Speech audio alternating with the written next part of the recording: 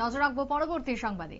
উন্নত মানের সংকর প্রজাতির বীজ চাষ করে এবার লাভবান হচ্ছেন কৃষকরা। সোনামুড়া মহকুমার মূলত কৃষি প্রধান এলাকা থেকে উঠে আসলো এমনই ছবি। উচ্ছে বীজ লাগিয়ে বর্তমানে প্রতি সপ্তাহে প্রায় ৩০০ কেজি করে উচ্ছে বাজারজাত করতে পারছেন কৃষক স্বপন দাস, এবং লাভ হচ্ছে তাতে ভালোই। লাভবান কৃষক নিজের আনন্দ আজকে প্রকাশ করলেন ক্যামেরার সামনে। কি বক্তব্য উঠে এসেছে এই কৃষকের, শুনুন। নমস্কার, আমার নাম দেবব্রত দত্ত।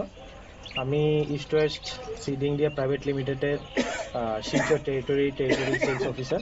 ঠিক আছে, এখানে আজকে আসার মেইন উদ্দেশ্য হলো আমাদের একজন ফার্মার স্বপন দাস, উনি এখানে উস্তা যেটা আমরা বলি, সেটা আমাদের ভ্যারাইটি হলো পাখি।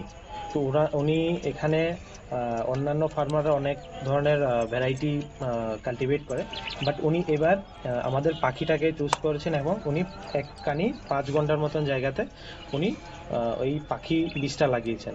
এবং লাগানোতে অন্যান্য ফার্মাররা যতটুকু লাভবান হয়েছেন তার থেকে বেশি স্বপনদা অনেকটা লাভবান হয়েছেন, কারণ অন্যান্যরা পুরো ক্ষেত থেকে যতটুকু প্রোডাকশন পায় না, উনি প্রায় 3 থেকে 4টে হারভেস্টে তার থেকে বেশি উনি অলরেডি প্রোডাকশন পেয়ে গেছেন। এরপরে উনি প্রত্যেক সপ্তাহে প্রায় 450 থেকে 500 কেজি উনি উস্তা বাজারজাত করতে পারে। আর আপনার এখন আজকে এখানে আরেকটা মানে আপনার নাম থেকে শুরু করেন। আমার নাম স্বপন দাস, কৃষক। আমি জমি না এই বীজটা লাগাইছি, খুব ফলন ভালো হয়েছে। 400-450 কেজি পারি সপ্তাহ।